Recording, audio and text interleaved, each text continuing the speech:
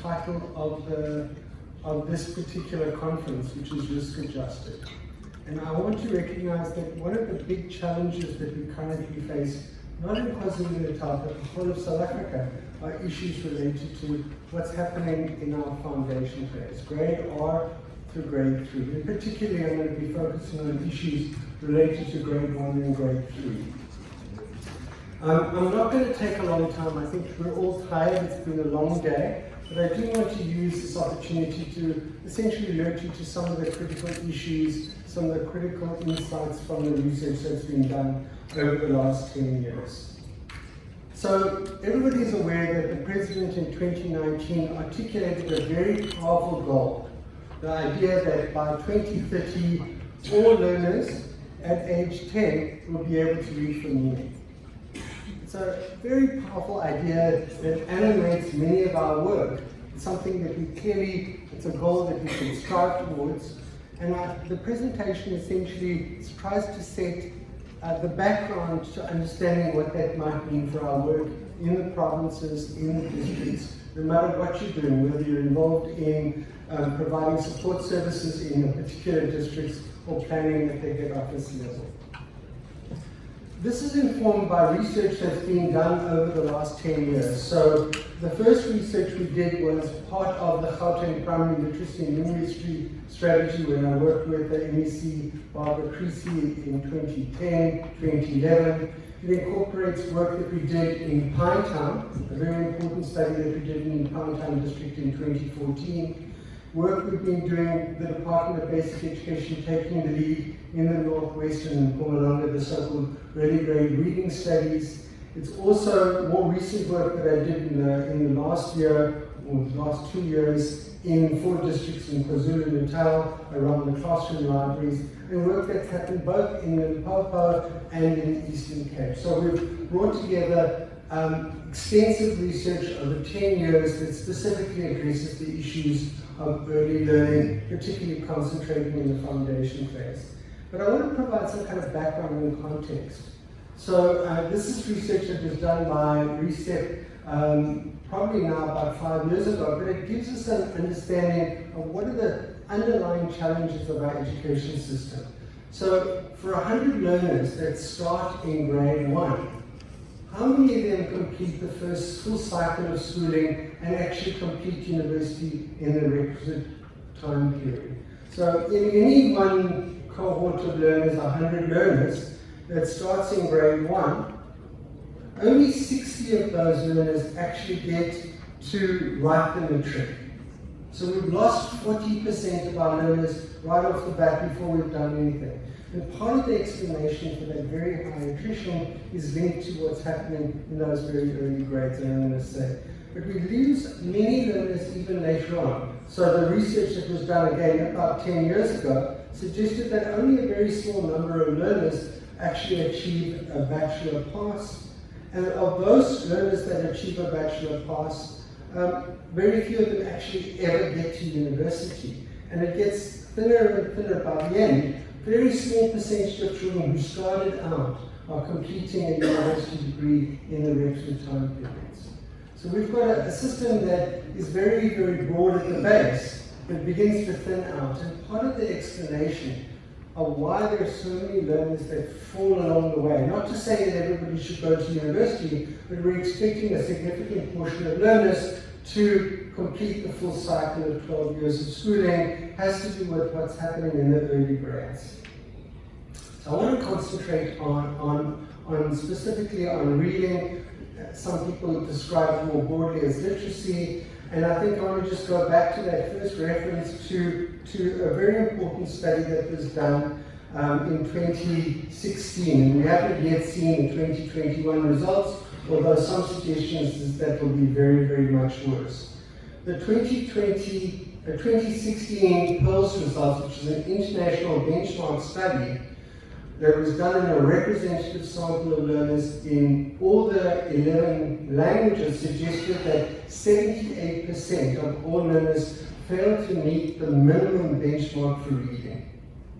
It's very important. This study was not just done in English, it was done in all 11 South African languages. and only 22% of children met the minimum benchmark.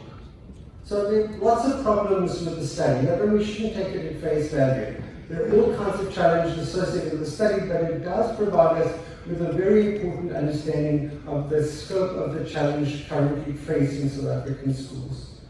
When we think about how does this compare to internationally, well, that's the comparison. So if you look at the top, the red is the percentage of learners internationally that don't meet the minimum benchmark. If you look at the line below that, that's the South Africa. So you can see internationally, very few children fail at grade 4 level to meet the international benchmark, but it's the vast majority of children in the South African context. Okay, so that's the international research, but I'm much more interested in what we have found in our own research in South Africa. And one of the really important insights, and this has come particularly from the work of my colleagues in the Department of Basic Education, is the recognition that while the PIRLS study focused on the percentage of learners that could read for meaning, that were really familiar with text, that could make sense of those texts, there are actually many really important, really grounding subject skills, reading skills that learners are not acquiring in our schools. And my colleague in the department uses the metaphor of an iceberg. Reading for meaning is like the top, what you see at the top above the level of the water. But many of the real challenges that our schools have are below the surface. So the reading for meaning is the tip of the iceberg, but really the challenges that we currently face as a school system are often invisible, and we really need to work much harder to understand what they are. And I want to talk about some of these. So again, colleagues in the Department of Basic Education have tried to start to give us a framework for understanding what the kind of underlying skills that need to be mastered in grade 1, grade 2, and grade 3 in order for our learners to become readers for meaning, readers for understanding. Okay? Those include, for example, their familiarity with the letter sounds and the letter names, ability to read words before they can read sentences and whole paragraphs. So the department has developed benchmarks in both Nguni languages and Sesotho languages, and soon all of our national languages, to give teachers, to give schools, to give departments guidelines about what's actually happening around the challenges of our school system. They recognize, for example, in grade 1, by the end of grade 1, children should be able to identify at least 40 letter names, letter sounds, within 1 minute. It's a very, very, very low benchmark, but it gives us a sense of what's happening, how much learning is taking place. And what the research shows, and again, this is research that came out of a study that was led by the Department of Basic Education, is at the beginning of grade 1, in the first term of grade 1, understandably, most children couldn't identify any letter sounds, which is perfectly adequate because at that point, none of them have been taught to the schools. But at the end of grade 1, after anywhere between 150 and 180 days of teaching, only 40% of learners could identify more than 25 letter sounds. So we're failing at the very earliest parts of it, and a significant portion of children get to the end of the year and haven't really acquired the rudiments of language, which is the building blocks of letters and letter sounds. So, we've looked at the PIRLS results, and you've all seen the PIRLS results, but you haven't seen this. The challenges are happening right there in that very first year of schooling. Kids, and they're able to learn if they're given proper instruction, are failing to acquire the rudimentary, the building blocks of the reading process. There's no doubt that by the end of grade 2, there's a catch-up process. But they're really a full year behind what the national department's benchmarks are. They're really, within 1 year, they're really 1 year behind where they should be in terms of learning to read. And that has incredibly important consequences. for what happens later on in their school career. So in the red line is essentially the pattern of progression of learners that have not learned their letter sounds at the end of grade 1. And you can see they wait until they're in grade 7 before they're actually meeting the grade 3 benchmark, which is for learners that are slow, they're 4 years behind where they should be. For the learners that are in the kind of yellow band, they're 2 years behind. And there are learners that are on the right benchmark, and this is, they're essentially able to do substantially better, not only in the first couple of years, but they're way ahead of the benchmark, and they're on track to become successful readers. Now, this is research, just to make clear, this is research in Quintile 1 through 3 schools and no-fee schools. This doesn't include all the schools, but specifically looks at our majority of schools, which are Quintile 1 through 3 schools.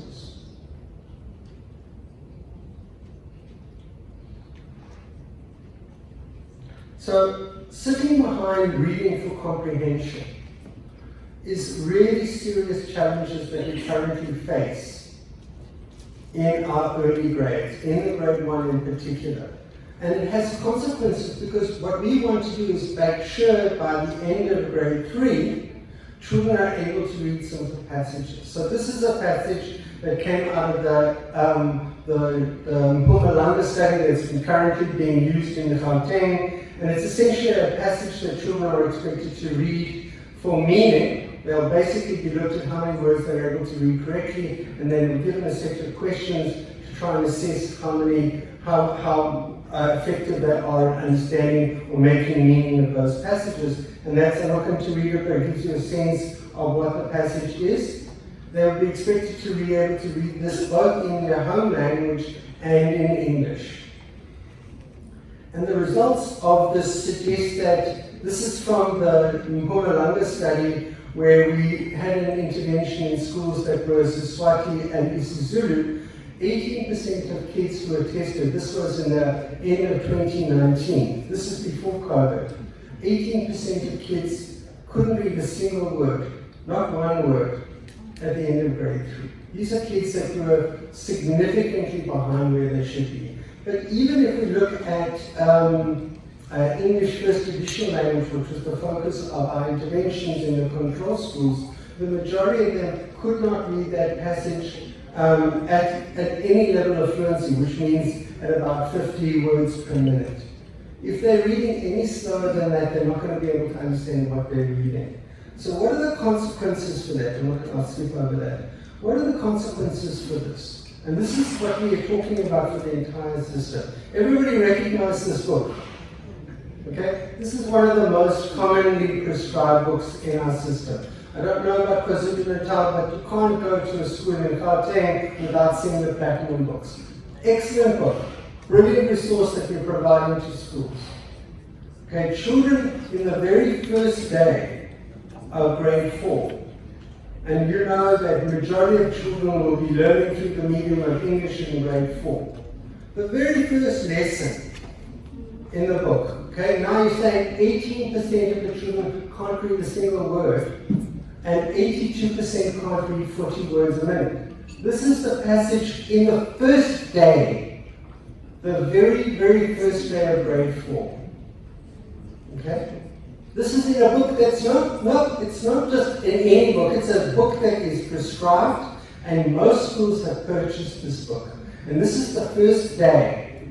And let me just tell you, I know a little bit about the international curriculum systems. The lesson that this is dealing with, which is living and non-living things, is being taught in Tanzania, it's being taught in Singapore, it's being taught in Finland. It's a very common topic. It's the beginning of natural science, notwithstanding the ideological issues associated with it, but nonetheless, this is universal. And the children are expected to open their books and to read the following words. They have to read the word germs, growing, reproducing, feeding, moving, breathing, excreting, sensing, and environment. So what's happening in South African education is that we've got a curriculum that is internationally benchmarked. But the kids at the end of grade 3 are so far away from the realities of what they're so far away from the demands of our books and our curriculum. It creates this huge gap. Our teachers are in an enormous quandary. We're talking about curriculum coverage. We're talking about the demands to make sure that everybody is covering the curriculum as required by the department. At the same time, the majority of children cannot access the curriculum from the very resources that we're providing because their reading skills are so far behind. In many respects, this is the biggest challenge that we currently face. I don't want to underestimate the enormous contribution that we have made in improving our matric results. But this is the foundation, and we can't really build a house from the roof up. We have to build a house from the floor up. And until we address these issues, until we address the fundamental issues of social justice, which addresses the needs of the majority of children, the vast majority of children in our township schools and our rural schools, we cannot really build that house with a strong roof. We have to build it from the foundation up. Now, if I had more time, and I don't think I should go into it, there is lots of research evidence, and I want to give credit to the Department of Basic Education.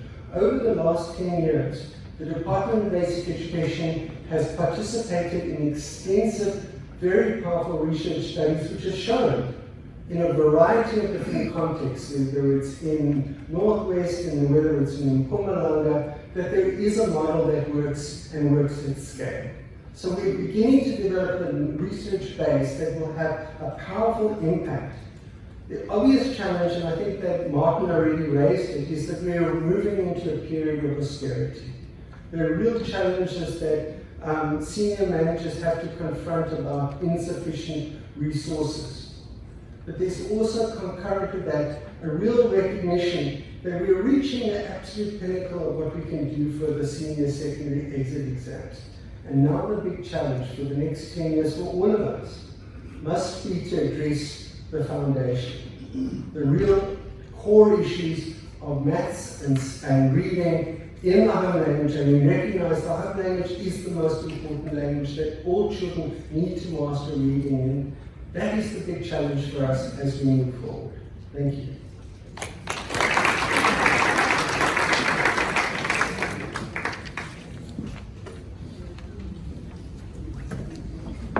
Thank you very much, Prof. Brahm, Fleisch. That was very powerful and fundamental. If we don't resolve this issue, we'll keep spending a lot of money intervening. One issue in the province that we are faced with, we need money for interventions at grade 12, 11, 12. A lot of money goes there. And as long as we don't resolve these parts, reading, basic things, then the problem out there stays with us. Can we give him a very big round? Any question, comments? The Prof would be leaving for his flights, but I thought it's important that we get Mr. Mbandwa be the first. Who else? Don't see other hands. Okay, Mr. Mbandwa, be the only one.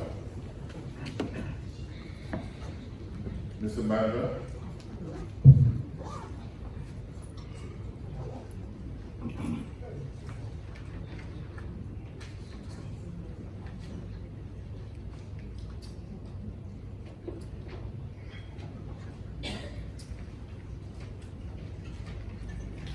iPhone 7.